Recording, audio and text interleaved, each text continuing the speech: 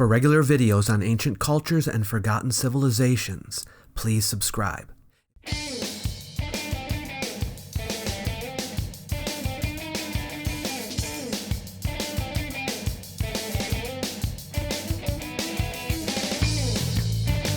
Welcome to the Antiquities Travel Guide, a helping hand for visiting historic places.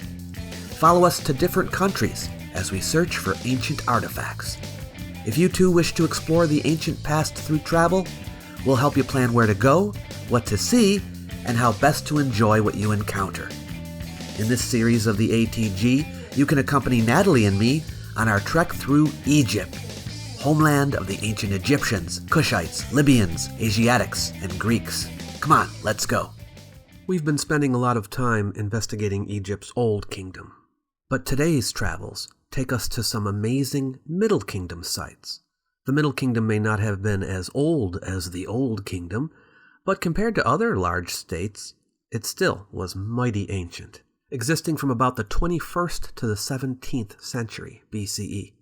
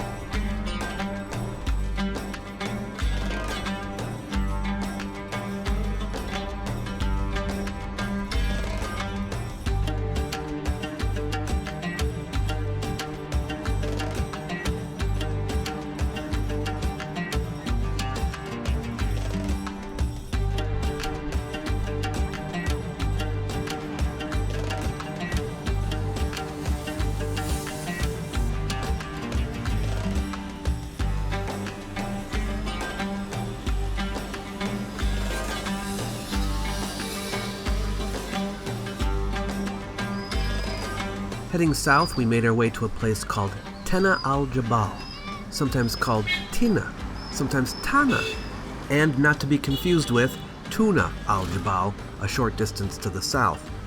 The name confusion actually caused us some difficulty in finding the place, as even the Egyptians we traveled with didn't know which place we were talking about. A high percentage of Coptic Christians live in this part of the country.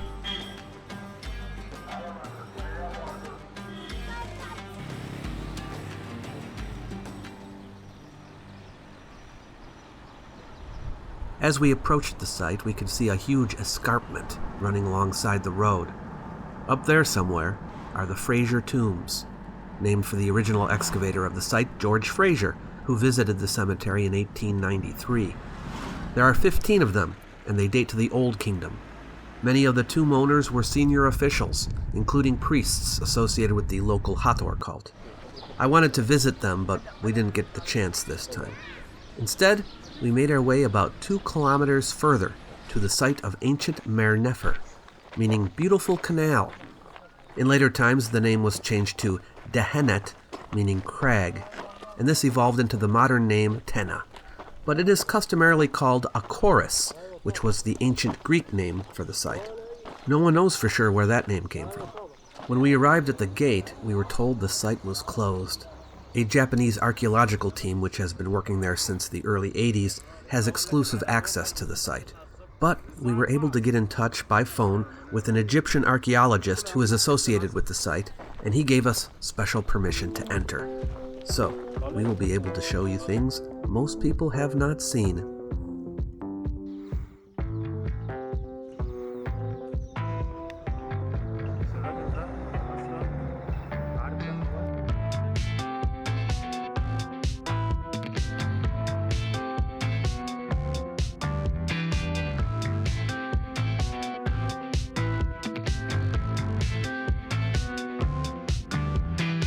The ancient city stood on a flat plateau below a large rock which serves as a landmark for the site. The earliest habitation goes back to the Old Kingdom at least. There are tombs here of the Middle Kingdom that we will take a look at, but occupation continued through the New Kingdom, the late period, and the city functioned as a religious, military, and economic stronghold during the Ptolemaic and Roman periods.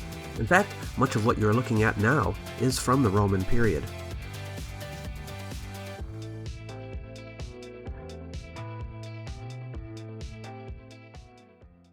We are walking down the Sacred Road, as it is called, the central street of the city, which runs north-south. Most of it is now missing, but occasionally you can see original paving stones and curbstones along the sides.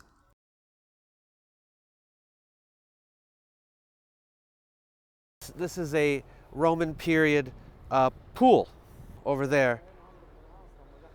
Is this part of it's definitely a Roman period home, I guess. The inside wall surface of the pool is coated with 3 layers of plaster, and there are remains of a drain, so this is how it was identified as a pool. But no heating facility was found, so the purpose of the pool remains a mystery. The 2 column bases you see there are the only ones in the area, so it seems more likely that they served as an entrance to a building than that they were part of a colonnade. All of this used to be the houses of the Coptic people? Yeah.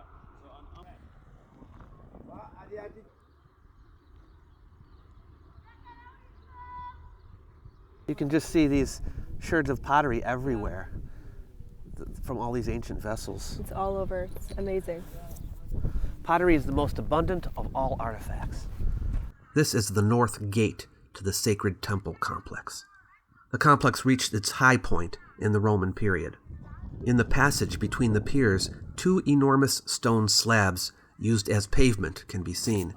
There were 3. The middle one is now missing. On the front face of each pier is a rectangular stone block placed at the outer corner and a hexagonal pedestal at the inner corner. The blocks are believed to have been part of an outer wall that extended from the gate.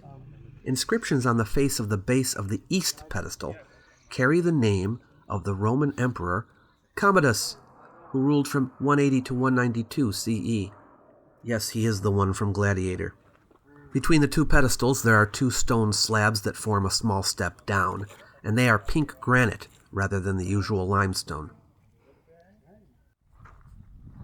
The Sacred Way continues to a middle gate and then into the Western Temple.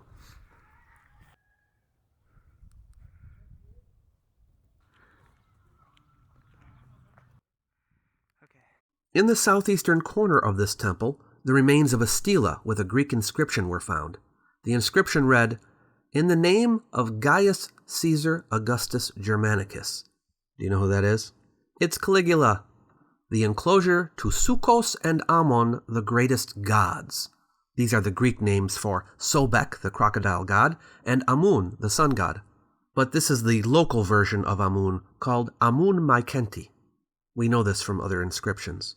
So this temple was dedicated to these 2 gods. Caligula reigned from 37 to 41 CE.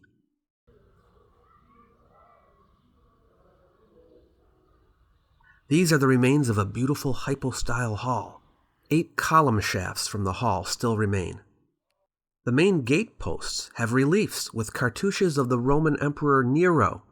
Yeah, that's him, depicted as Pharaoh. Nero reigned from 54 to 68 CE. But what's interesting is that the hypostyle hall fronts a series of 4 rock-cut rooms leading into the mountain. Archaeologists call it Chapel A, and it is older than the temple built in front of it, though the Romans did refinish it. There are 2 entrances to the chapel, one from the east and one from the north. The north entrance is cut in the form of a gate with a lintel and side posts, the latter bearing panel reliefs.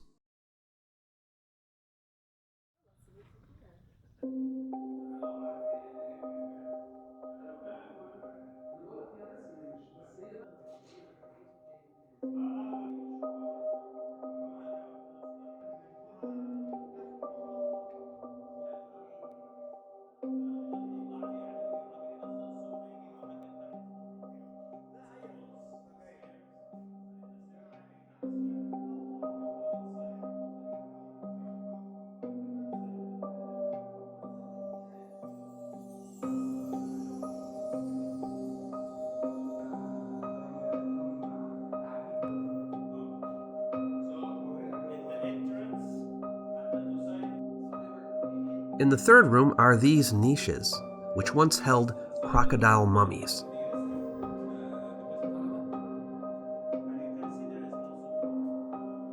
And also you can see Oh, the archaeologists did that. The fourth room was used as the sanctuary. You can see an altar in the center that's cut from the bedrock. The niche in the back wall once had a door on it.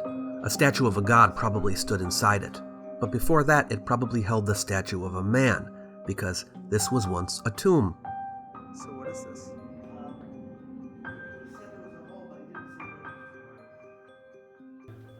But you can see the chisel marks. These are, whenever you see these marks anywhere, they're found all over the world. They're basically chisel marks for hitting away the pieces of stone. It's like an initial part of the process of making these things. But I think this could be a repair job. I'm not sure. Not only are they parts of Akoris dated by inscriptions, art style, and stratigraphy, but analysts also date by tool marks, specifically chisel marks. They have found 4 different mark types and have been able to ascertain the periods they were used. So they can tell when these chapels were first made and when they were remodeled. Chapels A, B, C, and E all appear to have been Middle Kingdom tombs originally.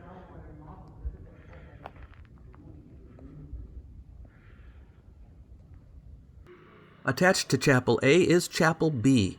It has 2 rooms. At the threshold you can see small round pits. These were for a double-leaf door that opened inward.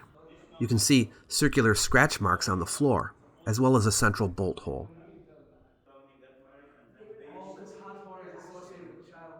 The first room has the remains of 4 column bases carved out of the rock, as well as a pit in the area between them. You can see what's left of a pillar here that had the head of Hathor at the top. Isn't that cool? Behind them is a ramp leading to an inner room and what's left of the stairs.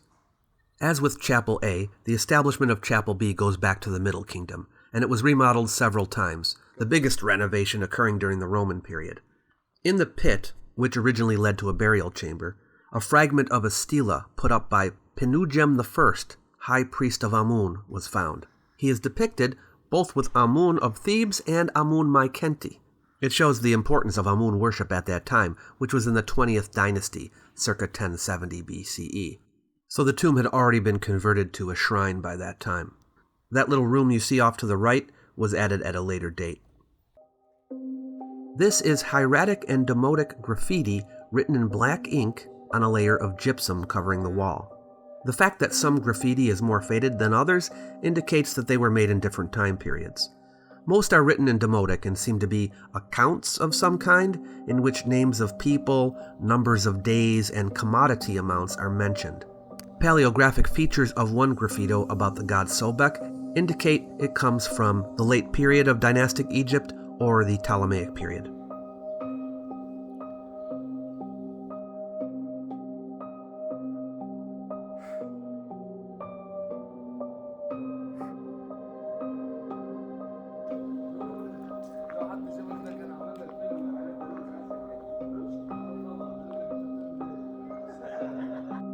Chapels C and D are connected, but they were not made at the same time. One corner of Chapel C is cut off by D, and its floor is lower, which indicates that it predates Chapel D. An anthropoid coffin and 380 funeral statuettes were found in Chapel D, which indicates it too was used as a tomb. The style of these items was of that commonly used in the 20th to 23rd dynasties.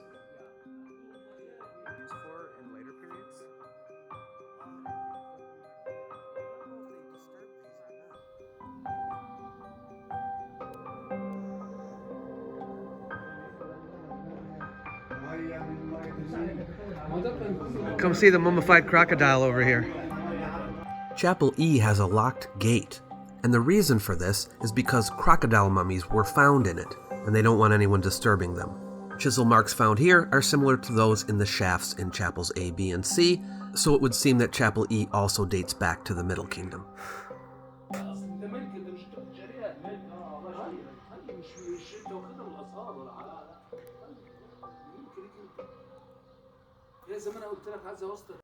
Chapel F is a bit harder to get into. It sits halfway up the cliff face. Chapel F is different from chapels A through E because, whereas they were originally tombs of the Middle Kingdom that were later converted to temples, this was a temple right from the start. Judging from the reliefs, it dates to the Ptolemaic period.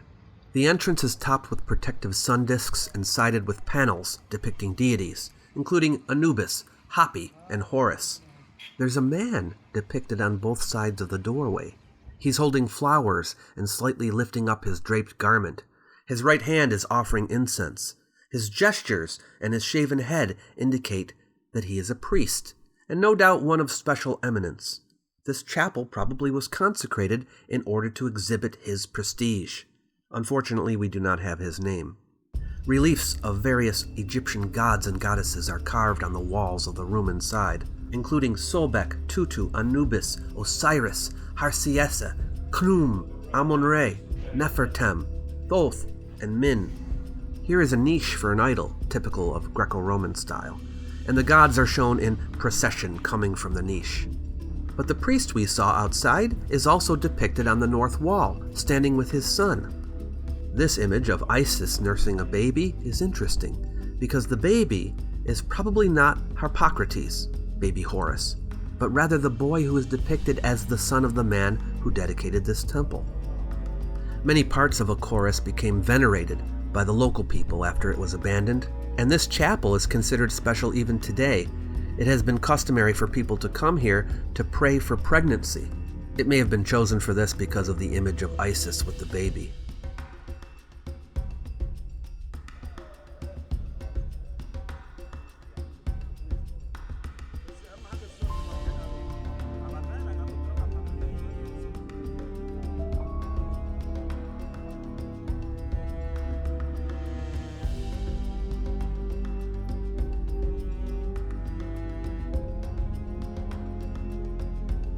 Blocks like these are the remains of olive oil presses. Yeah, at Akoris, the single screw direct press method was used. Many remains of presses have been found here, which indicates a flourishing olive oil industry. There is no evidence of olive oil production in Egypt during the dynastic period, so we think it began in the Ptolemaic period, when the Greeks imported the industry. In the Roman period, Strabo testifies to abundant olive oil production in the Fayum area, which is close to where we are. The latest evidence of olive oil production here is the 7th century. It has been a custom for parents to bring a child unable to walk to this stone, because it is believed that if the child is made to pass through a square hole cut in the oil press, the child will receive divine favor. Oh, it heals It them. heals. That's what confused them. They say like we don't know what about this stone, like what is going on with it. Oh, interesting. Yeah.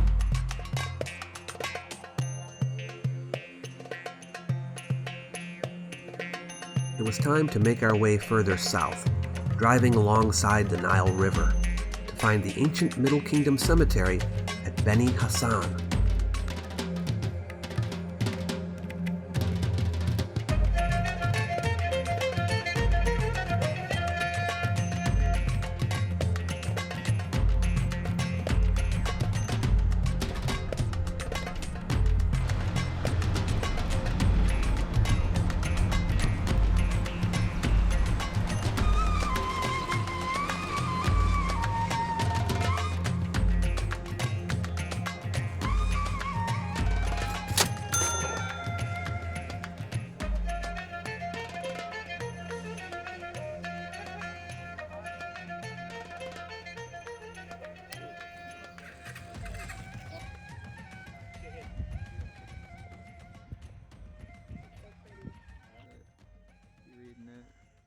Tomb of Khnumhotep II, right here, number 3. Yep. So where are we? We're right here. So it's down near the end.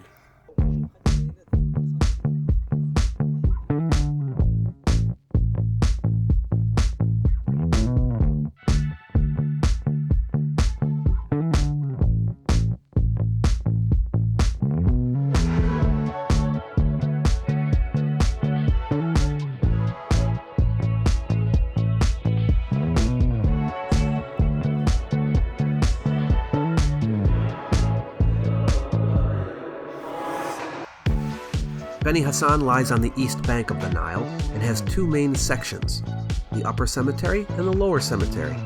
The lower cemetery contains about 800 tombs, dating from the end of the Old Kingdom through the Middle Kingdom. But we are going to go to the upper cemetery, which has fewer tombs, only 39. But they are fancier. It is where the officials of the Oryx Nome, that is the 16th province of Upper Egypt, had their tombs. In those days, you see, the nomes were managed by civil servants appointed by the king. The title they held varied by time period, but in the Middle Kingdom they were called Haritep-A. Today we usually call them nomarchs, after the Greek usage. They were basically governors. These ones are special because much of the original artwork on the walls is preserved. You want to see? Come with us. We're walking along the Middle Kingdom period tombs here, Dynasty 11.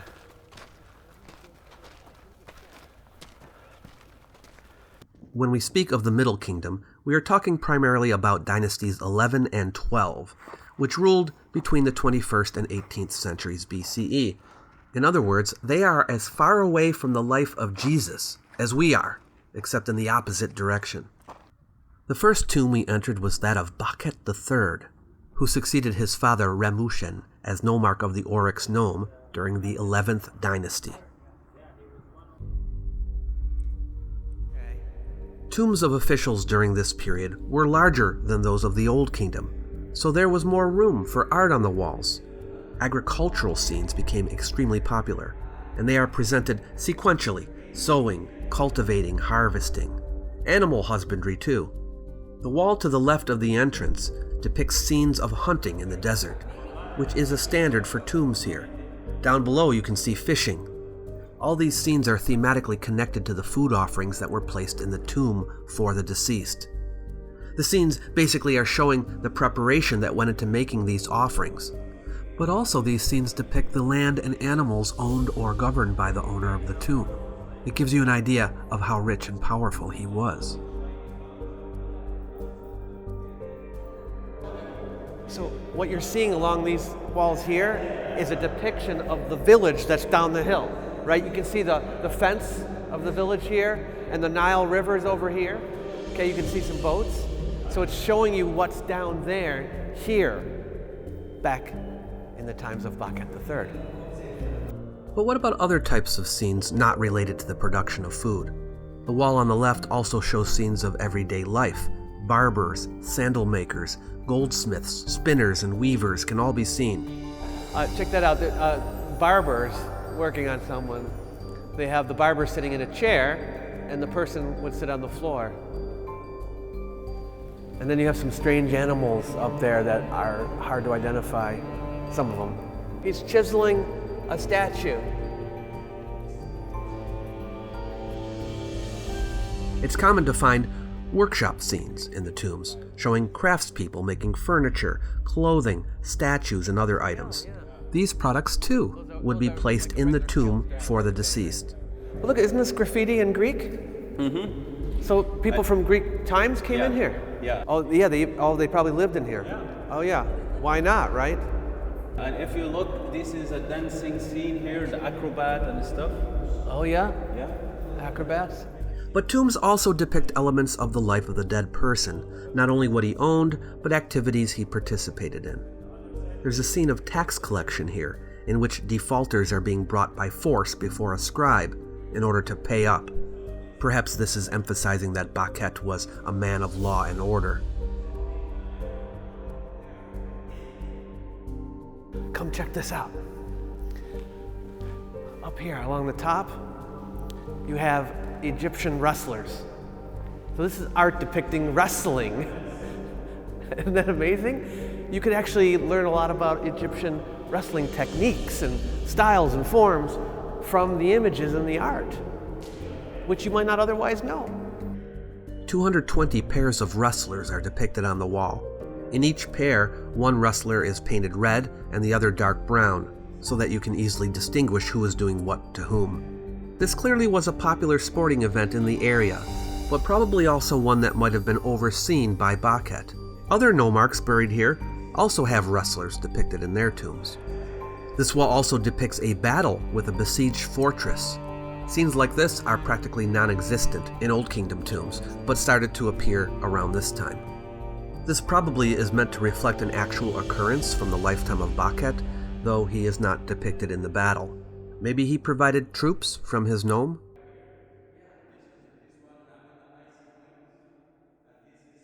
Then we made our way to the tomb of Khnumhotep, another nomarch of the Oryx nome, who ruled a little later than Baket.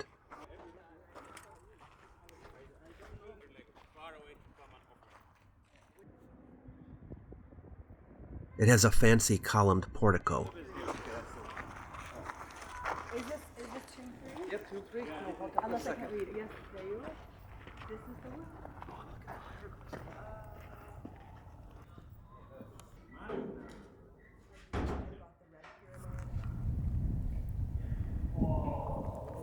In the main chamber of the chapel, there is an autobiography of Khnumhotep. It begins to the left of the doorway and runs counterclockwise around the walls, ending at the right of the doorway. Basically, it tells us all about the laudable achievements of Khnumhotep II and his excellent character, his family and their lives, as well as his close relationship with the royal family, and his request that visitors bring offerings to him. Khnumhotep's grandfather, Khnumhotep I, began a new dynasty of nomarchs of the Oryx nome. He was put into power by King Amenemhat I, who replaced many old nomarchs with new ones. New boundaries for the nome were also set at that time. As for Khnumhotep II, the owner of this tomb, he held his position from year 19 of Amenemhat II to at least year 6 of Senusret II, a minimum of 10 years. He held many titles, both political and priestly. Khnumhotep had 2 wives, one of them named Khety, who was the daughter of the nomarch of a neighboring province, and who had many titles of her own, and the other named Jat, whose titles are more modest. Interpreters have suggested that Khnumhotep's marriage to his chief wife was a political expediency, whereas his second wife was his true love. Autobiographies like this tell us a lot about the administrative organization of the nomes and what the duties of the nomarch were, and they were many. Being so far from the capital, the governors had a great deal of autonomy, and not just in the political and economic spheres, but also in the civil and religious spheres.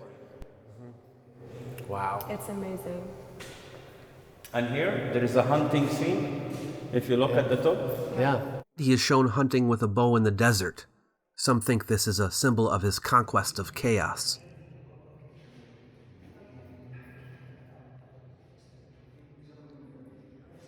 The south wall is dedicated to the theme of the celebration of the cult meal of Khnumhotep and his wife Khety. That means his partaking, in spirit, of the offerings brought to his tomb. You can see him sitting in front of an offering table, holding a flail, which traditionally symbolized royalty or divinity. On the other side is his wife Khety, sitting in front of an offering table. Yes, the offerings brought to the tomb were eaten, or I should say, believed to be eaten. The ancient Egyptians believed that the dead would need food and drink in the afterlife, just as they did in this life, and the offerings they brought they thought would be available to the dead for eternity. But why is Khety there? She wasn't dead, was she? Well, one of the customs was to eat the first meal along with the dead person. People would come to the funeral and have a banquet, believing that the deceased would be there too, in spirit, to partake with them. And Khety, no doubt, headed the banquet, so she is shown here eating along with her dead husband. The west wall contains scenes of preparations for his funeral, and also his resurrection from death. Boats are shown going to and from Abydos, which is where the god Osiris, king of the dead, resides. If you look up here, you can see this interesting depiction of foreigners that we believe to be Asiatics. There are 37 people in total, according to the text written here. It refers to them as the Amu, which is the Egyptian word for people coming out of the southern Levant. Some scholars believe it is connected to the Semitic word Am, which means people. If you look closely, various details point to their foreign origin. In their physical features, they have the beards, slightly different skin tone, the striped clothing as well.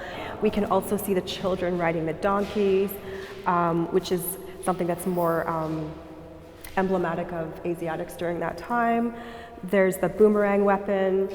Even though this was a peaceful scene, that weapon was considered Asiatic in this context. There's a small figure of an Asiatic bound in a kneeling position, which would have indicated inferiority and servitude.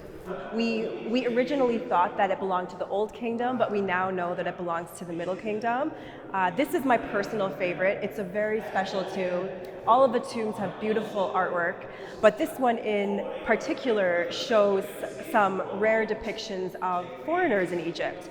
The back wall shows two large images of Khnumhotep hunting in the marshes on either side of the entrance to the shrine. We also see depictions of officials that worked for him.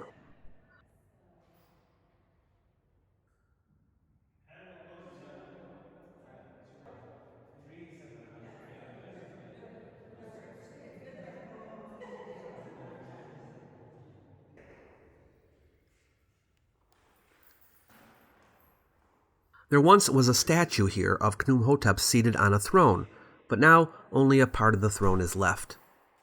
Remember the false doors I showed you in Old Kingdom tombs? That was a common place where family members would lay offerings. This is a more elaborate version of that, a new art style of the Middle Kingdom.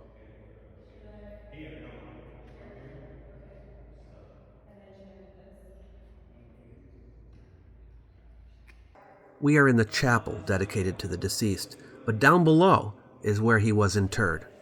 At Akoris, the original shafts of the Middle Kingdom tombs were filled in, but here they are cleared for us to peer down, though we can't see the burial chamber.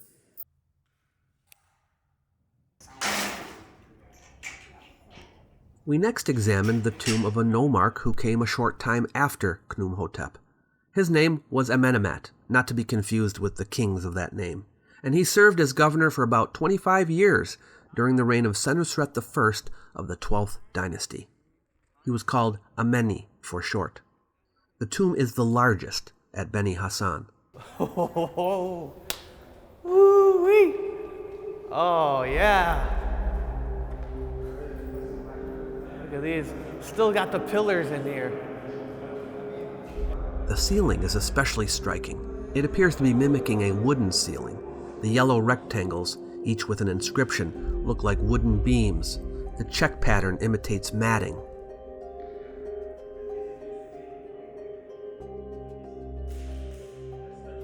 Amenemhat, his wife, and his mother.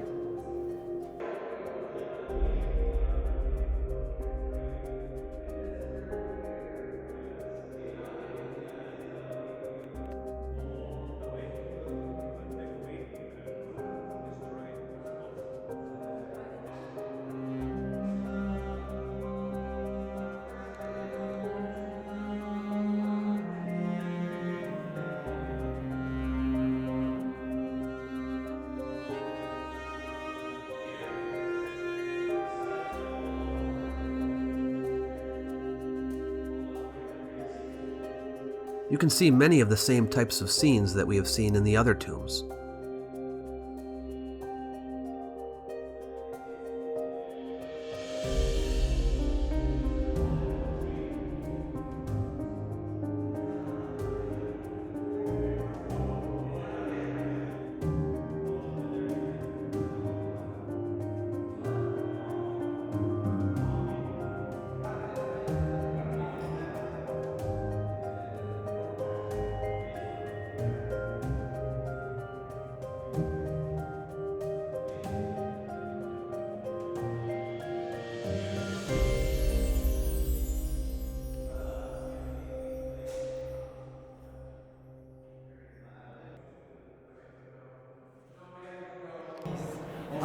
You see that? Yeah, what is that? It looks like they're roasting them. So this is how they used to make the wine. Oh, they're making wine. Yeah, at the top, but they are presenting it with one person that is laying and two persons is holding it one from hand and one from feet. And you can see. But what are they doing with him? Okay, he will present a weight. Oh, he's a weight. So you're gonna squeeze it. If you look at the middle, you're gonna see it's a bit of material, and it carry all the grips, and they squeeze it with the man. So it go and you can see it's dripping in a big plate. So he's mushing the grapes? Yeah, the grapes. Oh, okay. So they're just making wine. We enjoyed the view from here. Beni Hassan is located in one of Egypt's most fertile regions. You can see that this was a likely place for the production of goods depicted in the tombs.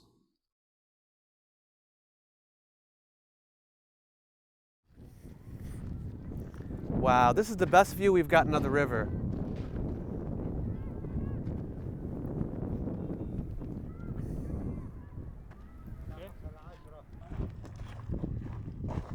Another nomarch from this period was Khety, not to be confused with Khnumhotep's wife. This Khety was a man. The time that he ruled is unclear, but it is surmised that he ruled shortly after Baket III in the 11th dynasty. Baket may have been his father.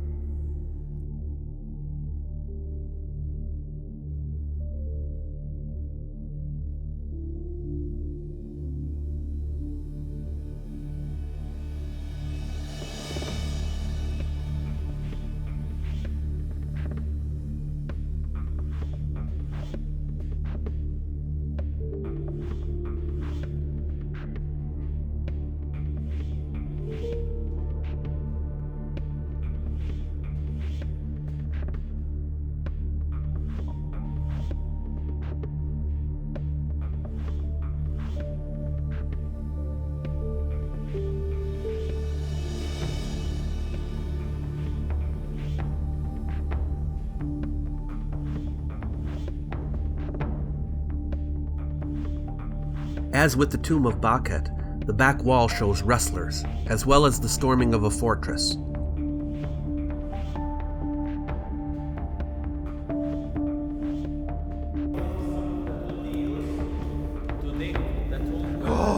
Oh, look how deep that is!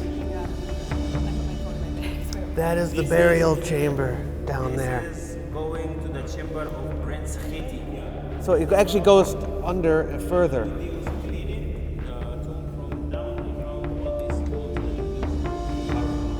That is important. Okay. I keep telling people they had stone tools, and I want to show the stone tools. Flint chisels found in the filling of the main shaft and burial chamber of Khety, and may have been used in the cutting of the tomb or the shaft.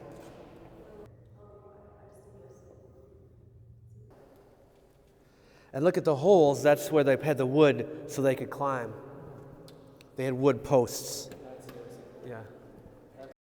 You're not cold at all?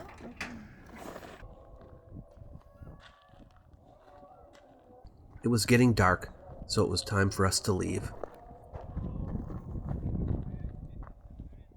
So what do you think when you look at the Nile and you see all this looking this way? Yeah, like there's not a lot here. I mean, you take out the tall buildings in the skyline there. Yeah. It isn't really that much different than what it would have been back then. Right. I know, that's what makes it so remarkable, because it looks, looking at this, and even the houses down here, you could almost imagine that they're from that time period. Mm-hmm. That look. Yeah, it's like we're almost in ancient Yeah, Egypt. it feels like that.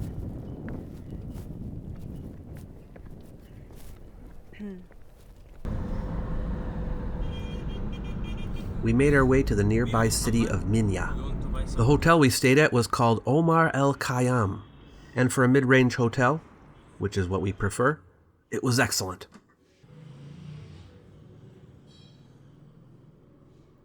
It was well maintained and the service was great.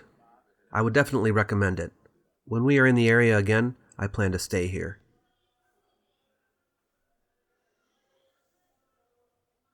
We had supper there at the hotel. What soup did you get for him? And they execute him. I think you'll be especially interested in our next episode because we will be taking a deep dive into the reign of arguably Egypt's most enigmatic king, Akhenaten. We will visit the royal city that he built for himself, including his amazing tomb, so make sure to subscribe and turn on notifications so you don't miss it. See you next time.